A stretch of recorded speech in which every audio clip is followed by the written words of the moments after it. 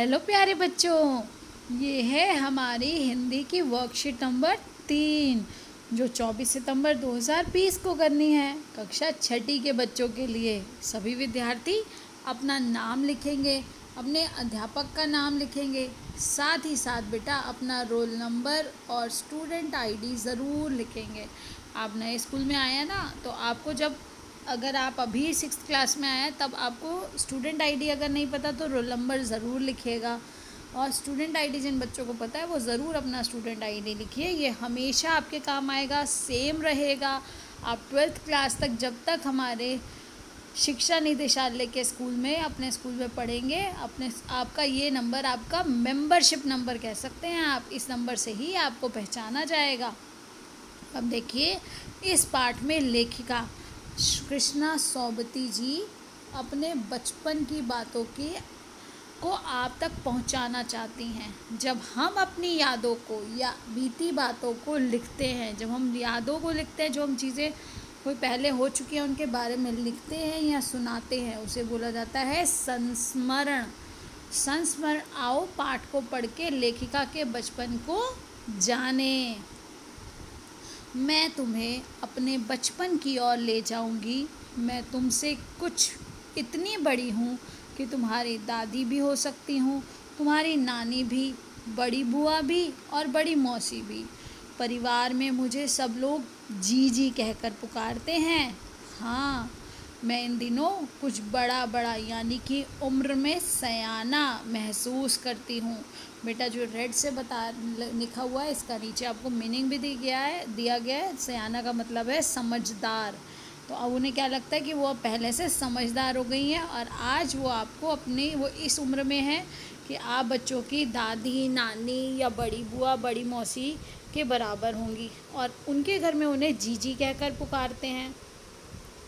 हाँ, और अब क्या है, जब वो बड़ी हो गई हैं तो उन्हें अब वो समझदार सयाना महसूस करती हैं, क्योंकि अब वो, जिसको आप इंग्लिश में मैच्योर भी कहते हो, कि अब उन्हें बाकियों से ज़्यादा जो उनका अनुभव है उससे समझ आ जाती है आप सबको। इस तरह से आप जब अपने छोटे बच्चों से ज़्यादा सयाने हैं जो आपसे छोटे हैं। शायद इसीलिए पिछली शताब्दी में पैदा हुई थी, यानी कि 100 वर्ष। शताब्दी होती है 100 वर्ष का समय। जैसे 1999, 1900 कुछ भी हो सकता है, 20, 1925, तो कुछ भी जो 2000 से नीचे है तो वो कौन सी शताब्दी थी? 20वीं शताब्दी। अब जब 2000 से ऊपर आया, 2001, 2000, 2001, 2002, तो इससे क्या हो गया, 21वीं शताब्दी शुरू हो गई। तो 2000 से पहले जो पैदा हुए थे वो लोग, क्या एक शताब्दी का अंतर आ जाता है ना, कि वो 2000 से पहले पिछली शताब्दी में पैदा हुए। तो उन्होंने इस तरह से अपना इंट्रोडक्शन दिया है, अपने बारे में बताया है। मेरे पहनने ओढ़ने में भी काफ़ी बदलाव आए। पहले जो बेटा फैशन आप देखते हैं, हमेशा कपड़ों का भी तरीका बदलता रहता है समय समय पर। तो वो यही कह रही है कि पहले मैं जो पहनती ओढ़ती थी आज उसमें काफ़ी चेंज आ चुका है। पहले मैं रंग बिरंगे कपड़े पहनती थी। जब छोटे बच्चे होते हो तो आप अलग अलग कलर्स के ड्रेसेस पहनते हो, तो नीला, जामुनी, ग्रे, काला, चॉकलेटी। अब मन कुछ ऐसा करता है कि सफ़ेद पहनो, गहरे नहीं, हल्के रंग। तो क्या है, ये बड़े जो होते हैं उनकी निशानी है ना, कि वो सादा रहना चाहते हैं, तड़कीला भड़कीला उन्हें तब पसंद नहीं आता। मैंने पिछले दशकों में, अब दशक क्या होते हैं, 10 वर्ष का समय होता है। शताब्दी 100 वर्ष के लिए यूज़ होता है। शताब्दी यानी कि 100 वर्ष, और दशक मतलब 10 वर्षों का अंतराल में तरह तरह की पोशाकें पहनी। पहले फ्रॉक, फिर निक्कर वॉर्कर, स्कर्ट, लहंगे, गरारे, चूड़ीदार, घेरदार कुर्ते। बचपन के कुछ फ़्रॉक तो मुझे अब तक याद है। देखो, वो आपको अपने बचपन में लेके जा रही हैं कि उन्होंने किस तरह के कपड़े पहने थे। और उन्हें आज भी याद है कि हल्की नीली और पीली धारी वाला फ़्रॉक, गोल कॉलर और बाजू पर गोल कफ, एक हल्के गुलाबी रंग का बारीक चुंटों वाला घेरदार फ्रॉक। तो ये सारे अलग अलग तरह की उनकी ड्रेसेस है जो उन्होंने पहनी। नीचे गुलाबी रंग की फ्रिल, उन दिनों फ्रॉक के ऊपर की जेब में रुमाल और बालों में इतराते रंग बिरंगे रिबन का चलन था। यानी कि उस समय आपका जो मैचिंग आप रुमाल भी रखते थे ऊपर की जेब में और बालों में भी रंग बिरंगे रिबन लगाया करते थे बच्चे। लेमन कलर का बड़े प्लेटों वाला गरम फ्रॉक जिसके नीचे फर टकी थी। 2 ट्यूनिक भी याद हैं, एक चॉकलेट रंग का और अंदर की कोटी प्याजी। अब ये अलग अलग तरह की ड्रेसेस हैं। दूसरा ग्रे और उसके साथ सफ़ेद कोटी। मुझे अपने मोज़े और स्टॉकिंग भी याद हैं, यानी कि जो वो जुराबें पहनती थी। मोज़े क्या है बेटा, जुराबों को कह रहे हैं, और मोज़े और जुराबें वो पहनती थी, उन्हें आज वो भी याद है। फिर देखिए,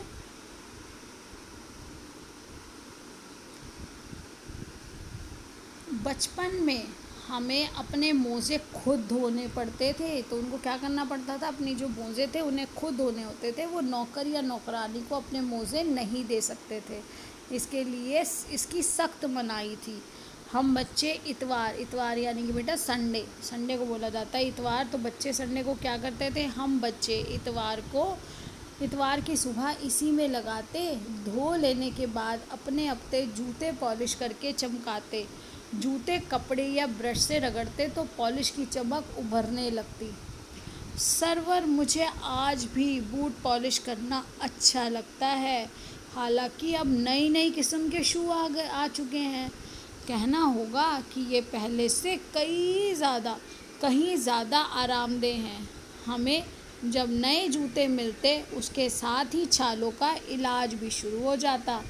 जब कभी लंबी सैर पर निकलते अपने पास रुई ज़रूर रखते। जूता लगा तो रुई मोज़े के अंदर। देखिए उस समय क्या होता था, वो संडे को अपने जुराबे जो थे वो सुबह धोते थे, और जब जुराबे धो ली, उन्होंने मोज़े धो लिए, तो उसके बाद वो अपने जूतों को पॉलिश करते थे। और जूतों को पॉलिश कैसे करते थे, या तो कपड़े से या ब्रश से रगड़ते थे और पॉलिश चमक उभरती थी।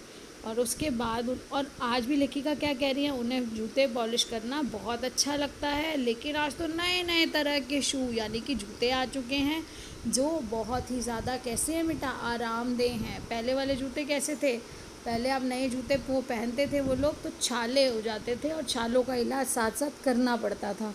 या अपने पास रुई रखनी पड़ती थी कि ज़्यादा चलना पड़ेगा तो मोज़े के अंदर रुई रखेंगे ताकि जूता ना काटे और छाले ना हो जाएं।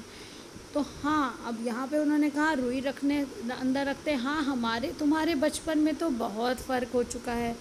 हर शनिचर यानी कि शनिवार को हमें ऑलिव ऑयल या कैस्टर ऑयल पीना पड़ता। यह एक मुश्किल काम था। शनिचर को सुबह से ही नाक में इसकी गंध आने लगती। तो क्या था, हर शनिवार को उनके घर में उनके मम्मी पापा उनको ऑलिव ऑयल या कैस्टर ऑयल पिलाते थे थोड़ा सा, और उन्हें इस वजह से ना शनिवार सुबह से ही वो ऐसे लगना लगता था कि बस उसकी खुशबू उनके पास आ रही है। छोटे शीशे के गिलास जिन पर ठीक खुराक के लिए निशान बने थे, तो ज़्यादा तो पीना नहीं होता, तो छोटे शीशे के गिलास थे जिस पर निशान बना हुआ था कि कितना कितना देना है सबको। उन्हें देखते ही मितली क्या होता है बेटा, उल्टी जैसा होने लगता था कि अभी ये मुझे पीना पड़ेगा। तो और खुराक क्या होती है, खुराक होती है दवा। ये ठीक उतना ही जैसे दवा की तरह उनको वो दिया जाता था। मुझे आज भी लगता है कि अगर हम ना भी पीते, देखिए वो क्या कह रहे हैं कि आज भी लगता है अगर हम उसे ना पीते तो भी ज़्यादा फ़र्क नहीं पड़ता। अब वो क्या कह रही हैं, आज भी मुझे लगता है कि अगर हम उस समय ना पीते, उस समय सोच की भी उल्टी आती थी, तो कुछ ज़्यादा बिगड़ने वाला नहीं था, सेहत ठीक ही रहती। तो ये कह रही है कि शायद हम ना भी पीते तो कुछ नहीं बिगड़ता, सेहत हमारी ठीक ही रहती। अब देखिए लेखिका इतवार को सुबह क्या क्या काम करती है। तो लेखिका इतवार को बेटा क्या क्या काम करती है, आप देखिए। ये देखिए, हम बच्चे इतवार की सुबह क्या करते थे, वो इतवार की सुबह अपने मोज़े पॉलिश करते थे, मोज़े धोते थे। ये देखिए, वो अपने मोज़े खुद धोते थे इतवार को, और उसके साथ साथ हम बच्चे सुबह इसी में ही इतवार को अपने मोज़े धोते थे, और साथ ही साथ अपने जूते ब्रश से या कपड़े से चमकाते थे। ये इसका उत्तर है कि बच्चे इतवार को सुबह अपने मोज़े खुद धोते थे और साथ ही साथ अपने जूतों को कपड़े या ब्रश से रगड़कर चमकाते थे। अब देखिए, ये तो है आपका उत्तर नंबर 1। अब है प्रश्न नंबर 2। पाठ में अंग्रेजी शब्दों का प्रयोग हुआ, जैसे ग्रे, चॉकलेट आदि। पाठ में आए अंग्रेजी शब्दों को छाट कर लिखिए। तो बेटा देखिए, यहाँ पर अब आपके अंग्रेजी के जो शब्द आए हैं हमें वो ढूंढ कर लिखने हैं। तो ये देखिए आपके अंग्रेजी के शब्द कौन कौन से हैं। फ्रॉक जो है वो भी अंग्रेजी में कहा जाता है। और देखिए ग्रे, आप पहले अभी उन्होंने बताया कि ग्रे है। इस तरह से आप जब इसको पूरा धीरे धीरे अपना पढ़ेंगे तो आप इसमें ढूंढेंगे कि इसमें कौन कौन से जो शब्द हैं वो। स्कर्ट, ये भी अंग्रेजी का शब्द है। फिर उसके बाद आप देखिए निक्कर वॉकर। इसी तरह से हम आगे बढ़ते जाएंगे, आप ढूंढिए। शाबाश। ट्यूनिक,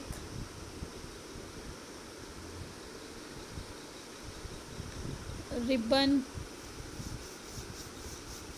बेटा इसी तरह से आप ढूंढेंगे तो आपको यहाँ पे अभी और मिलेगा। शू भी था ना यहाँ पे, मैं इसको हटा रही हूँ, आपने इतना देख लिया होगा। तो देखिए इसके बाद ये हमारा है इंग्लिश का शब्द है शू, क्योंकि हिंदी में जूते कहते हैं शू। ये आपको शू दिया गया है, शू जूतों के लिए कहा गया है, इंग्लिश में शू बोला जाता है। इसी तरह से olive oil, castor oil. Olive oil और कैस्टर ऑयल अंग्रेजी के ही शब्द हैं। तो ये सारे शब्द आप जो है एक साथ उसमें उत्तर में लिख देंगे, और आप और भी इसमें ढूंढ सकते हैं। जो इंग्लिश के शब्द हो आपको सारे वहाँ पर लिखने हैं। अब ये देखिए स्टॉकिंग, ये भी हमारा क्या है, इंग्लिश का शब्द है। पॉलिश। अब इसके बाद अगला प्रश्न है, लेखिका ने पिछले दशकों में किस किस तरह की पोशाकें पहनी। तो लेखिका ने तो बहुत सारे तरह की पोशाकें पहनी। देखिए पिछले दशकों में उन्होंने क्या क्या पहना। तो यहाँ से देखिए फ्रॉक, यहाँ देखिए अब उन्होंने क्या क्या पहना। फ्रॉक, निक्कर वॉकर, स्कर्ट, लहंगे, गरारे, चूड़ीदार, घेरेदार कुर्ते। ये सारे उन्होंने क्या पहने। ये आंसर नंबर 3 है आपका, कि उन्होंने इस तरह की पोशाकें पहनी। आपको ये सारे उसमें लिखने हैं। उसके बाद देखिए, छुट्टी के दिन आप घर में क्या काम करते हैं, लिखिए या चित्र बनाइए। तो छुट्टी के दिन आप क्या क्या करते हैं आपको लिखना है, और या फिर आपको चित्र बना के बताना है। अब है बेटा प्रश्न नंबर 5। दार प्रत्यय लगाकर शब्द बनाओ, जैसे घेरदार, चूड़ीदार। ये देखिए आपको यहाँ पे प्रत्यय क्या होता है, जो शब्द पीछे लगता है ये पीछे लगेगा, और पीछे लगने के बाद आपका एक नया शब्द बन जाए। तो घेर के साथ दार जोड़ा तो घेरदार, चूड़ी के साथ दार जोड़ा तो चूड़ीदार। ऐसे ही बेटा मज़े, मज़े के साथ आप दार जोड़ेंगे तो क्या बन जाएगा, मज़ेदार। ऐसे ही आप और शब्द सोचिए, मज़ेदार के बाद और क्या हो सकता है। देखिए ईमान, ईमान के साथ मैंने दार जोड़ा तो क्या बन जाएगा, ईमान के साथ दार जोड़िए तो बन जाएगा ईमानदार। इस तरह से बेटा अब ईमानदार, मज़ेदार, चमकदार, लज्जतदार, तो ये आपने सुना है ना। अब देखिए चमकदार, इसी तरह से आप लिख सकते हैं चमकदार। कैसे बना चमकदार, ये बना है चमक जमादार, चमकदार। तो इसी तरह से आप अन्य शब्द ढूंढिए। आप 3 से ज़्यादा भी लिख सकते हैं बेटा, आप जितने ढूंढ सकते हैं, आप 5, 6, 7 जितने ढूंढ सकते हैं। आपको 4 तो मैंने ही बता दिए हैं, लज्जतदार, चमकदार, मज़ेदार, ईमानदार, खुशबूदार। तो इस तरह से आप खुशबूदार कैसे लिखेंगे, देखिए दार का मतलब क्या है, खुशबू के साथ। तो खुशबू आप लिखते हैं खुशबू। अब खुशबू वाली चीज़ जो होगी उसको क्या कहेंगे, खुशबूदार, खुशबू से युक्त, तो खुशबूदार। जैसे आप बोलते हो बदबूदार, जिससे बदबू आएगी उसको बोल देंगे बदबूदार। अब ये खुशबूदार है, आपका नया शब्द हो गया। अब इसके बाद आप जिससे बदबू आ रही होगी उसको क्या बोल देंगे? बदबू यानी कि बुरी स्मेल जो गंदी जो होती है, बदबू गंदे के लिए और खुशबू अच्छे के लिए बोला जाता है। तो महक जो अच्छी होती है उसको, महक को खुशबू बोला जाता है। जो महक गंदी होती है, आपको सुहाती नहीं है, उसको बदबू बोला जाता है। तो आपने बदबू के साथ जोड़ा तो ये कैसा है? ये जो कोई चीज़ अगर सड़ जाती है तो उसको बोलते हैं ना ये बदबूदार है, बदबू से युक्त है। तो दार लगाने के बाद क्या हो गया? वो चीज़ उससे युक्त है, उसके साथ है वो, तो बदबूदार। इस तरह से बेटा आप अपने और भी शब्द लिख सकते हैं। अपनी किताब से पाठ को ज़रूर पढ़िए, पूरा पाठ एक बार पढ़िए। पहले आपको अच्छे से आप जब पाठ को पढ़ेंगे तो आपको और समझ आएगा। और उसमें भी प्रश्न उत्तर दिए गए हैं, दिए गए प्रश्नों को उसमें भी ढूंढिए और अपना काम समय से करके अपनी मैम के पास भेजिए। खुश रहिए, स्वस्थ रहिए, सुरक्षित रहिए। धन्यवाद।